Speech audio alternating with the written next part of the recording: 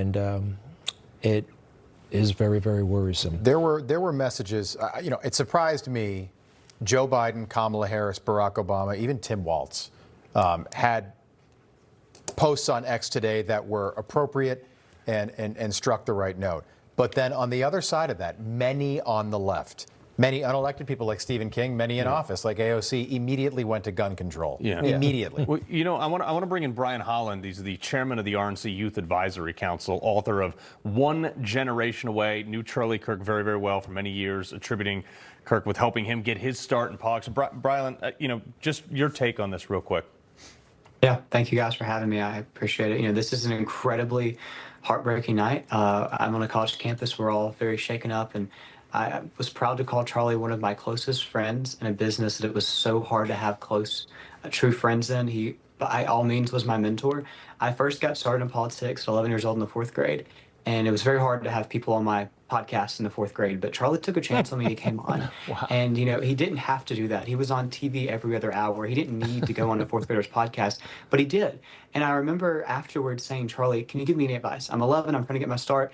And he sat me down and he said, Brilyn, the left will always out-fundraise us, but they will never outwork me. I will stay up as late as I need to. I will get up as early as I need to, and I will work my tail off to fight for the future of this country. And that is what he's done every step of the way. Charlie was a walking, talking beacon of hope. And I will boldly say today that, Charlie and I traveled the country on college campuses. We worked to win the White House for President Trump, and I can pretty confidently attest that there would be no Donald Trump in the Oval Office this evening if it wasn't for Charlie Kirk getting off the sidelines and getting Gen Z engaged in the fight, and not just short term, but long term. This wasn't just a one-time election shift that we're thankful for Charlie's help. This is a longevity pendulum shift of Gen Z, this generation that used to be a monopoly of the left, that Charlie can be attributed for. Yeah, and I don't think that pendulum's stopping swinging because of this either. But you wanted to share some text messages that you had where you called him originally Mr. Kirk, and he tells you, call me Charlie, keep up the good work. I mean, these are revered things that you'll never forget. No, not at all. And that's the true character of Charlie. I mean, we just spoke yesterday, and he was so excited to be back on college campuses, and he was genuinely hyping me up, and had fired off a text to me after I'd been on a network just saying, great job, you're killing it. And again, we're talking to a guy that's extremely busy, about to start a college campus speaking tour, a father, a husband, could have made a million excuses not to take the time to text a freshman in college, but he did because genuinely he was like a pat yourself on the back, you're doing good work for the movement. And that's what I want to be really clear about right now of, yes, we're all frustrated. Yes, we're really, really, really upset.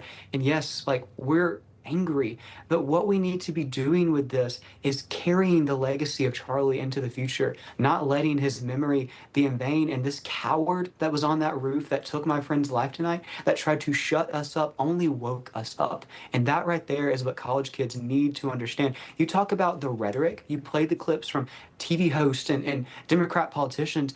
These people called my friend Charlie Hitler Jr. for a decade, and now they're just shocked at the fact that one of their supporters took him out. No, they don't need to be shocked.